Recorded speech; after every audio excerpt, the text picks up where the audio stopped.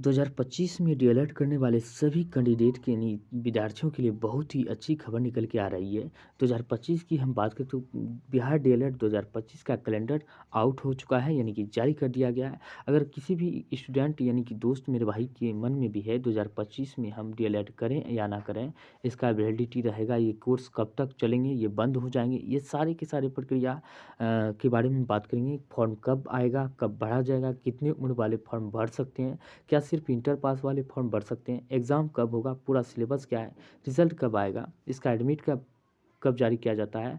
और उसके बाद कहते हैं कि सरकारी कॉलेज में कैसे मिलेगा दाखिला, डीएलएड करने के बाद टीचर बन पाएंगे या नहीं बन पाएंगे, पूरी विस्तार से हम बात करेंगे। इस प्रक्रिया के माध्यम से आपको समझाने का प्रयास करेंगे। और जो भी मन में डाउट हो वीडियो के नीचे कमेंट करें और उसके नीचे कमेंट करके हम उसका जवाब देने के लिए पूरा प्रयास करेंगे। और इसमें सिलेक्शन कैसे लिया जाएगा, कोर्स करें या ना करें, इसके बारे में पूरे विस्तार से इत्मीनान के साथ चर्चा करेंगे।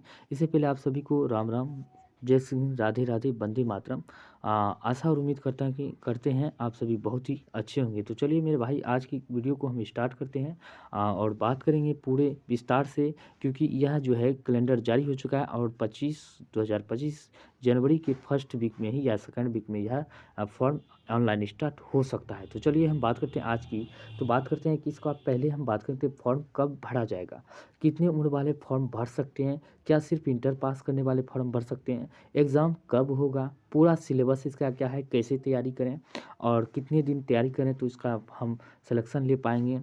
उसके बाद रिज़ल्ट कब आएगा, सरकारी कॉलेज में कैसे मिलेगा दाखिला, डीएलएड करने के बाद क्या टीचर बन पाएंगे कि नहीं बन पाएंगे, और कितने विद्यार्थियों के मन में रहता है कि डीएलएड जो है 2030 यानी कि जारी किया था पेपर में, एक दिया गया था नोटिस 2030 तक जो है डीएलएड बंद हो जाएगा। तो मेरे भाई, बंद होने का बाद की बात है। और जब तक डीएलएड हो रहा है यानी कि कोर्स चालू है, तो करने के बाद जो है डिग्री वैलिड नहीं होता है, ये ध्यान रखना। जो भी डिग्रियाँ आपके पास है सारे के सारे जो है वैलिड ही रहेंगे, अनवैलिड नहीं हो जाएंगे। और जिसको मन है करने का, जो कह कथनी और करने में बहुत अंतर होता है। अगर मन है करने का कर लीजिए, उसमें कोई दिक्कत नहीं है, आपका बेकार नहीं जा सकता है। जो कर लिया और उसके बाद और करने के लिए सोच रहे हैं तो ज़रूर करें। अगर करके ही पछताएं, बिना करे नहीं पछताएं, क्योंकि जब बंद होगा तब देखा जाएगा। क्योंकि डिग्री तो डिग्री होता है, ये वैलिड अनवैलिड तो नहीं होगा। तो इसलिए मन बनाना है तो ज़रूर करें और उसका तैयारी जो भी है और करें मस्ती के साथ। अब बात कर लेते हैं इसमें क्या क्या होने वाले हैं। तो सबसे पहले हम बात कर लेंगे फॉर्म कब से भरा जाएगा। फॉर्म की अगर हम बात करें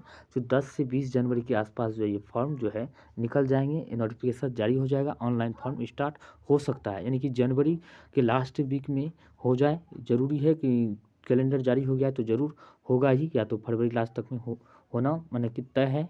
अब बात करते हैं कितने उम्र वाले फॉर्म भर सकते हैं। पिछले साल भी 2024 में यही हुआ था, जनवरी के लास्ट वीक तक में जो है इसका नोटिस जारी कर दिया गया था और फॉर्म ऑनलाइन शुरू हो गया था। और कितने उम्र वाले फॉर्म भर सकते हैं, तो बात करते हैं इसका कम से कम मिनिमम उम्र 17 वर्ष होना चाहिए। ऊपर कितना भी उम्र हो, 30 वर्ष 35 वर्ष वाले भी ये डीएलएड कर सकते हैं, कोई दिक्कत नहीं है। और बात तो यही है कि मतलब कि क्या सिर्फ इंटर वाले ही फॉर्म भर सकते हैं, यानी कि आईए और आईए और आईएससी वाले भी फॉर्म भर सकते हैं, कोई दिक्कत नहीं है। और बीए का इससे ऊपर जितनी भी डिग्री है, बीए किए हैं या स्नातक किए हैं, जो भी पास है, पीजी पीएचडी है, वो भी कर सकते हैं, इसमें कोई दिक्कत नहीं है। अब बात कर लेते हैं कि इंटर में कितना मार्क्स होना चाहिए। कभी कभी होता है कि मैट्रिक में, अगर मैट्रिक में आप थर्ड डिवीज़न भी है, इंटर के आधार पर ये होता है। मैट्रिक में आपको थर्ड डिवीज़न होता है, कोई दिक्कत नहीं। इसके हम बात करते हैं इंटर के मार्क्स के आधार पर। इंटर में आपको क्या होना चाहिए, इंटर में मार्क्स आपको 50% से ऊपर होना चाहिए। क्या 50% से ऊपर, वो भी जनरल की बात करें, general, EWS, EBC, EBC general, EBC और बीसी, ये इन सारे बीसी वाले को जो है कि 50% से ऊपर मार्क्स होना चाहिए सभी कैंडिडेटों के।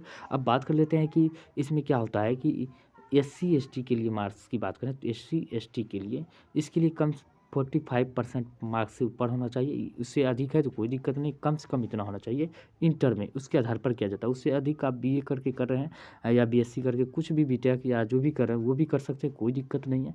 अब बात कर लेते हैं कि एग्ज़ाम कब होगा? तो एग्ज़ाम की बात करें तो फरवरी लास्ट सप्ताह दिया गया है, लेकिन फरवरी लास्ट सप्ताह दिया गया है, लेकिन फरवरी में तो होता नहीं, ये चौथा से 5वां महीना ले लेता है, छठा महीना भी चल जाता है एग्ज़ाम लेते।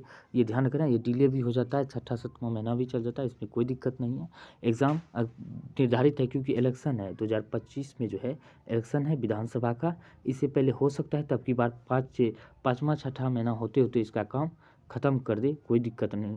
कोई कोई भारी बात नहीं है, हो भी सकता है अब बात करते हैं कि डीएलएड करने के बाद कैसे टीचर बनेंगे। डीएलएड अगर आप कर लेते हैं, डीएलएड अगर आप कंप्लीट कर लेते हैं या डीएलएड में एडमिशन करा लेते हैं, जैसे ही डीएलएड में आप एडमिशन करा लेते हैं, अपेयरिंग में हो जाते हैं, तो आप सीटेट एग्ज़ाम में आप बैठ सकते हैं। किसमें? सीटेट एग्ज़ाम में आप इसके लिए बैठ सकते हैं, कोई दिक्कत नहीं। अगर सीटेट आपका निकल गया है तो निकाल के बैठ जाइए, कोई दिक्कत नहीं है।